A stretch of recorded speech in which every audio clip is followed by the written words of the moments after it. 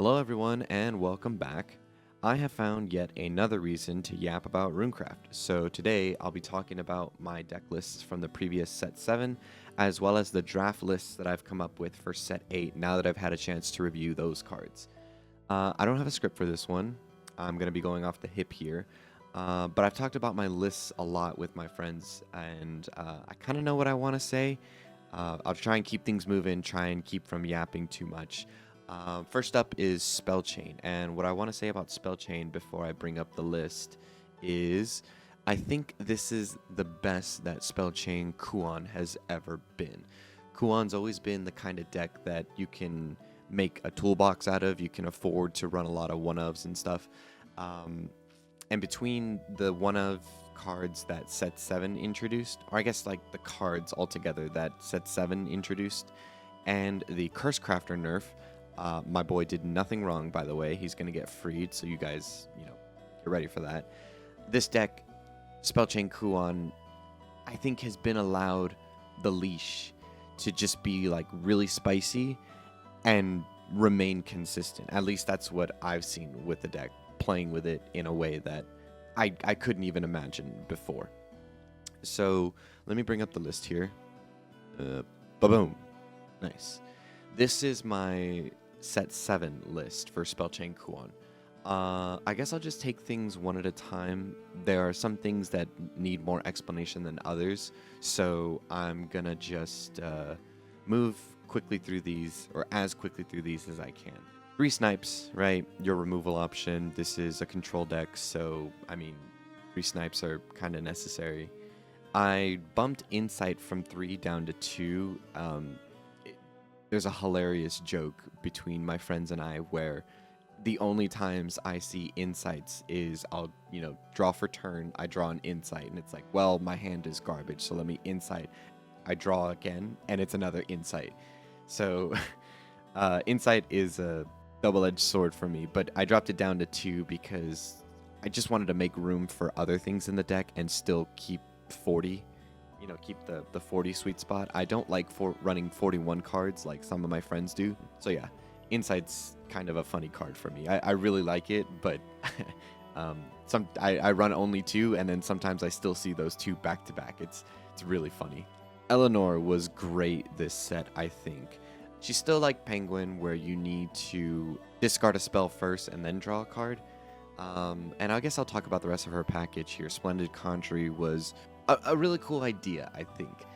More often than not, Eleanor would just get popped while she stayed on the field. I never really got to a point where I was at Spellchain 10 and playing an Eleanor and, Splendid Conjury was free. Splendid Conjury was more of just like, hey, I'm going to leave this in EX, and if you leave, a couple small bodies out on the field, they're going to get burned, right? Very rarely did I do 5 damage with it because Eleanor would come down turn 2 if I'm going second, turn 3 if I'm going first. She would get evolved, and then I wouldn't have any play points to play this, right? And then more often than not, she was getting removed. She is a smaller body than Penguin. So Splendid Conjury would just kind of chill in EX and be an option that I had later on in the game if I needed or wanted it.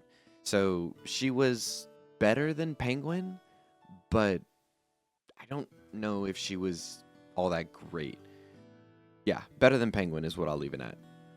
I'm going to talk about Maisha's package a little bit later, so I'm going to skip her for now. 2 of Traditional Sorceress. This card, I love this card. This is a really, really great card. Really nice to have. You do have to wait until Spellchain 7 to get her full effects, the +2, the summon a paper, give it ward. But I see this as the best option, maybe like right before a Kuon turn, so turn 6 in the best case scenario, turn 7 or 8. If the game gets drawn out a little bit, I'm still digging for pieces. Putting a paper Shikigami down, giving it ward. My opponent doesn't want to give me the draw, so they leave the Shikigami up. I'm able to put 1 or 2 Kuons down. I get another Shikigami, the Celestial Shikigami off of that. And Kuon gives the paper Shikigami ward. So the paper Shikigami has been, can be really nice to go face for more damage. But if there's still something that they have set up that's ward, giving the Paper Shikigami Storm is really nice on the Kuon turn to, get rid of that so I can swing in with big numbers with however many Kuons I put down and the Celestial Shikigami. Yeah, really like her. 1-4 is a really annoying stat line for people to deal with as well. So yeah, I really, really, really like this card. Chain of Calling. Again, just the one of. This is kind of the start of the toolbox in this deck. This is normally a discard target for me, but it has come in pretty clutch sometimes. Mostly gets discarded, but, has its uses here and there. Rhymewind, again, more of the toolbox. This is really pretty art. I love this art. Can be useful in some situations for me. Only targets unevolved followers. So there are some top ends that I've spun away, like Techno Lords and stuff like that, but then they just get effects back. So this, more often than not, is another discard target for me. Couple of Paper Shikigamis or Shikigami summons. Just getting a draw, getting a Shikigami out. This has kind of become more of a discard target for me. I don't really use this as much as I used to. This was another one where in earlier sets of Kuon, I was putting out a Shikigami, hoping it stayed up, and then Kuon the next turn, give the Shikigami I just summoned Storm, that kind of thing. So, yeah. Sorcery Cache is, I'll be honest with you, the only reason I put this in the new version of this deck was because I had a premium foil of it, and I was like, this is kind of cool. This is kind of Spellchain-y. This has been really cool to play with. I don't run several copies of it in the deck like I've seen a lot of other lists do, simply because when you search the top 4 and then you dump whatever you draw into drop, right? One goes to your hand, one goes to drop, and then this goes to drop. If you happen to draw a Trail of Light doesn't proc, right? So you don't draw again. So I don't want to be playing this so much to where I'm dumping good stuff or bot decking really good stuff. But the situations where I have used it and haven't just discarded it, it's paid off really well for me. I think running this as a one-of is really nice. If I need to get early game Spellchain going, it's a great Kickstarter. And then, if nothing else, it's just a, solid discard target. Talked about Splendid Conjury. 3 bullets. I mean, this is removal. Surefire Bullet has been, like, my goat for a really long time now, even before Kuon Spellchain. So, yeah, these are pretty much always going to be a 3-of for me. And as long as I am playing Kuon, I think Trail of Light will also be a 3-of. I did manage to get 3 of the alt arts for this, like, the day they came out, which was pretty nice. So yeah, 3 of Trail of Light. It's really cracked in Kuon Spellchain specifically. 2 Demon Caller. I never gave up on Demon Caller. I know a lot of people in running Kuon gave up on him pretty quick. Demon Caller's been my boy since day one. I really do love the fact that I can have a removal control style deck and also a board based deck with this guy. There's been a lot of times where my opponent doesn't want to give me the draw, so they leave the Shikigami up. And, my caller's not engaged, so they don't swing into it or don't have removal for it. And then the next turn, I put another caller down, and I have, hella options now. I've got 4 on board, all, 4/4 caller, 3/2 Shikigami, and it's, having a board is really, really nice.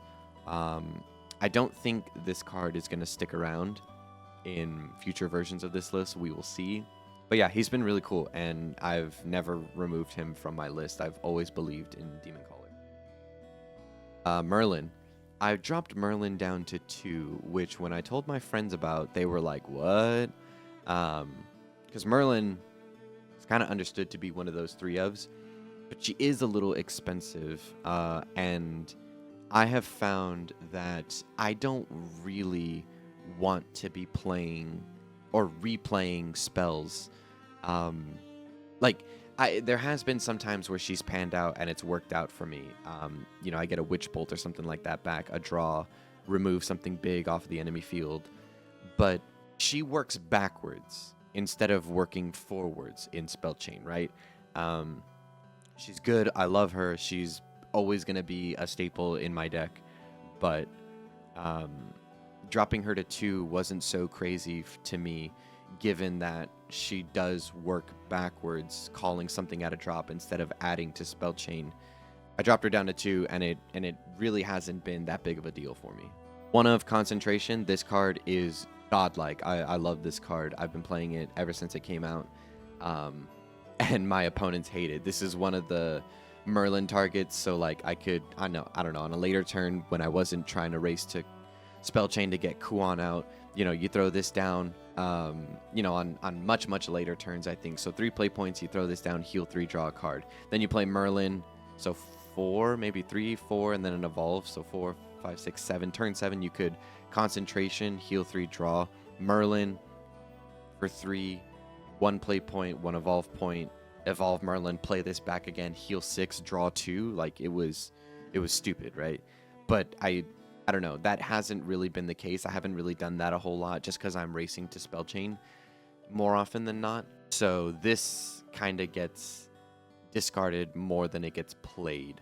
And even if I'm getting like rushed down or like super aggroed out, and I'm at a turn 3, turn 4 situation, and this is in hand instead of dealing with what's on the board, healing 3 isn't really that great to me anymore.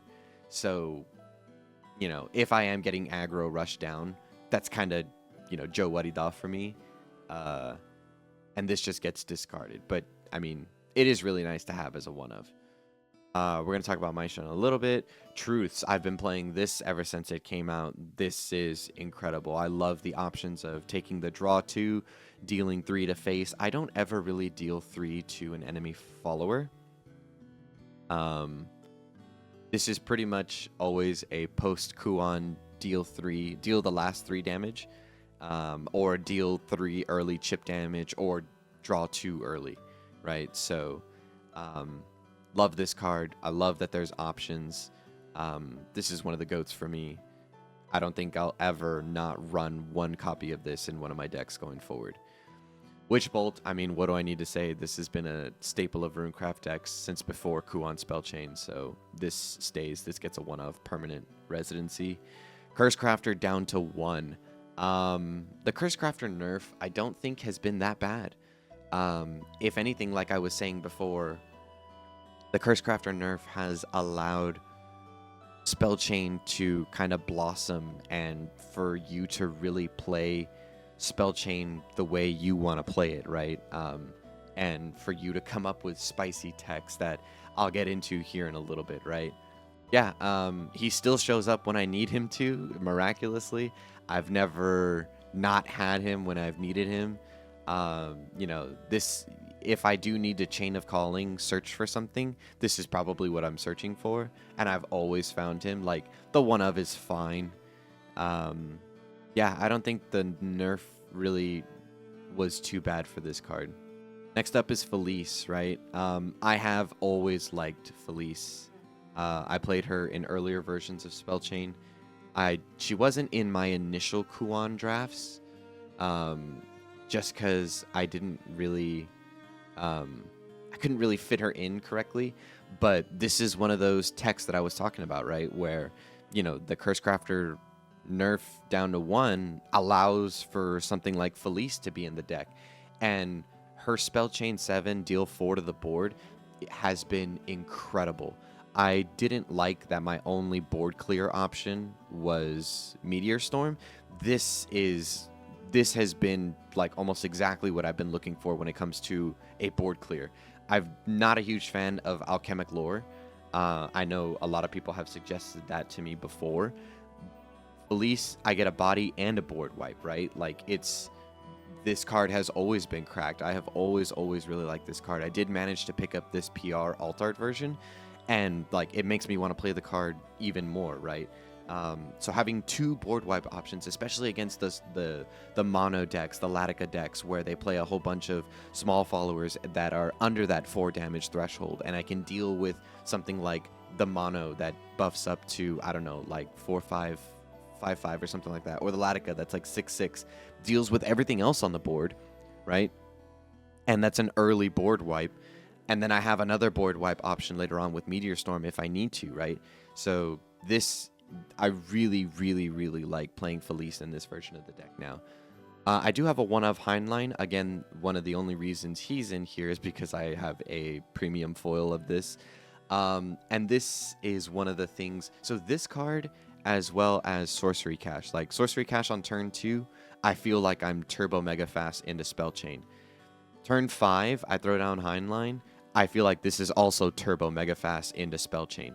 One of the reasons why, I will get into this a little bit later, one of the reasons why I didn't exactly like Heinlein in previous versions of the deck is because there's a chance I dump bodies that I need, right? Followers that I need. That it's not just spells that I get back as play points with Heinlein. And I lose out on that, right? He's in now for reasons that I will get into in just a little bit. I'll come back to this. Meteor Storm, I've really liked this since it came out. Really big board wipe, you know, my second option as a board wipe to Felice. And I can play it for 5 in later turns, right? So one of my homies in my playtest group used to play Ginsetsu a lot, right? He switched to mono when that came out, but he's, you know, said that he's just kind of soullessly playing mono. He really liked the Ginsetsu list and has gone back to it previously, or has gone back to it now that, you know, set 7 has been winding down. If I wiped the board with Meteor Storm, I would almost have to Kuon the next turn and hope he doesn't get set back up his next turn, right? It was really rough having just a single board wipe option. It was great to have it, but having just a single, especially against Ginsetsu, you know, I would wipe the board and then he would just set it all back up, and that would be brutal for me. Like, that would just be it. This deck ran out of gas. Now that I have Felice as that option to board wipe first, he can set back up, I'll Meteor Storm, and then, you know, if he has the third, I don't know if he does or if he doesn't. I think he said he dropped Ginsetsu down to 2, right? But even if you run a third Ginsetsu, you're missing out on a lot of things.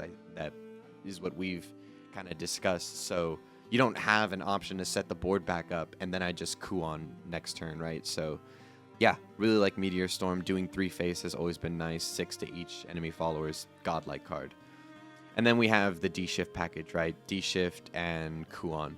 So 3 Kuons.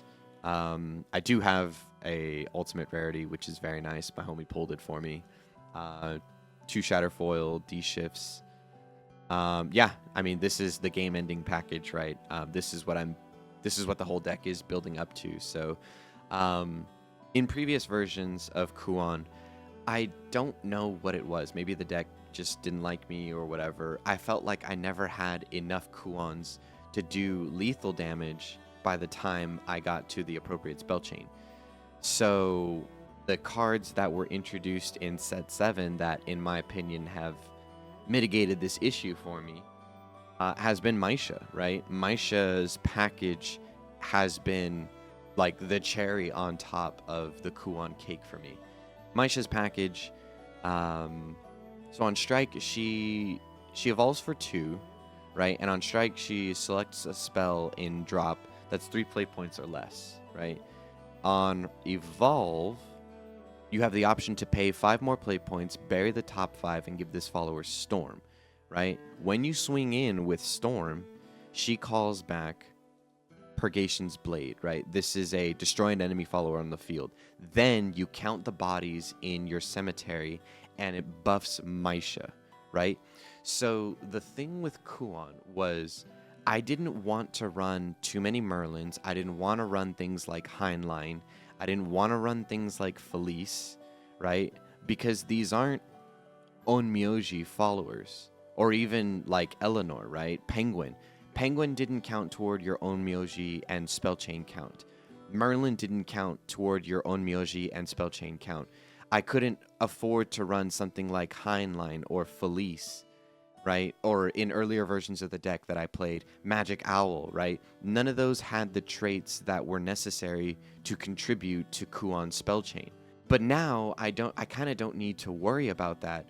If I get to 15 Spellchain and I happen to drop the 2 Demon Callers, the 1 Curse Crafter, the traditional Sorceress, I don't need for those to be the bodies that go into drop. If they are, that's great, right?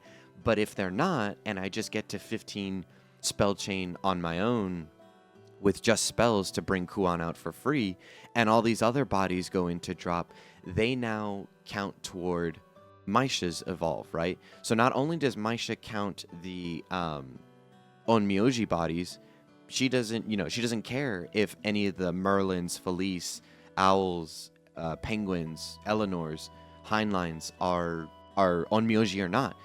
This is another way for me to seal out a game, and it has worked tremendously for me. It has worked. It's been so godlike to play with, right? I just need the one of Maisha, the one of Purgation's Blade, and the one of Evolved. It has been tremendously successful for me, and I really enjoy playing the deck this way.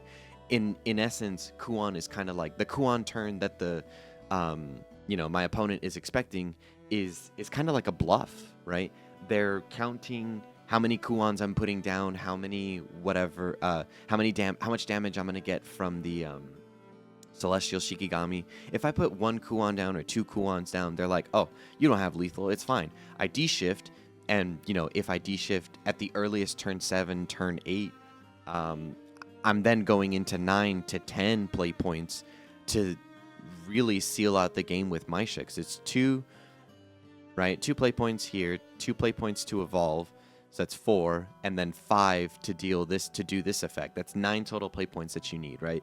And that's the turn that I've been, accomplishing all of this anyway, right? With this kind of slowed down version of Spellchain, where I am turbo mega fast into Spellchain, but I'm kind of not. So getting to turn 8 or turn 9 before Kuan D-shifting hasn't been the worst thing in the world for me, because it's, allowed me to seal the game with Maisha. Yeah. So this package has worked tremendously for me. I'm a really, really, really big fan of evolving Maisha and sealing the game that way, if I don't already seal the game with Kuan. So that's been the set 7 list, right? Really, really, really enjoyed this version of the deck. I talked about the set 8 cards in a previous video, and this is what I have for set 8. Some of the things have stayed, right? Like Snipes, Insights, Maisha still here, Chain of Calling, Rhinewim, Sorcery Cache, Bullet, Trail of Light, my Merlins. So it's still a little bit of a toolbox, right? Let me talk about the things that I have changed. I'm throwing in 3 Moras, right? If you watched my previous video reviewing the set 8 cards, you'll know that I'm actually really, really excited for this card. Draw a card, discard.